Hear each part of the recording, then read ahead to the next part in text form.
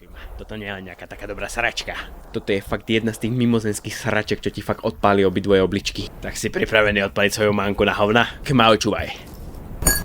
Moč!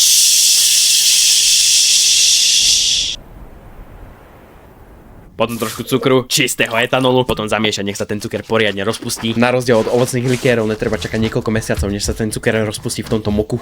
A stačí len zo pár zamiešaní vďaka teploty tej moči, ktoré tvoje telo dokáže vylúčiť. A voilà, takto si môžeš spraviť kríkovicu.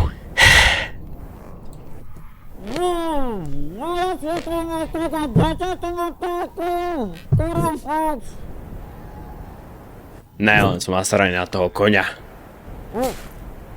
Furt zaneprázdnený robotov. Ale potom aj tak celý víkend progresujeme, ako keby sa nechumelilo. Nechajúc nás v tomto studenom sklade dostatočne dlho na to, aby na nás zabudol. Ja som viac než iba z mesiaca hitboxov, ktoré môžu len tak zbierať prach za celé tie roky. Zaslúžim si aspoň trošičku rešpektu. No, stôl! Piče!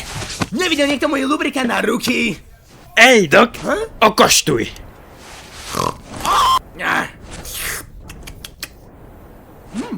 Chcelo by to nejaké kocky ľadu?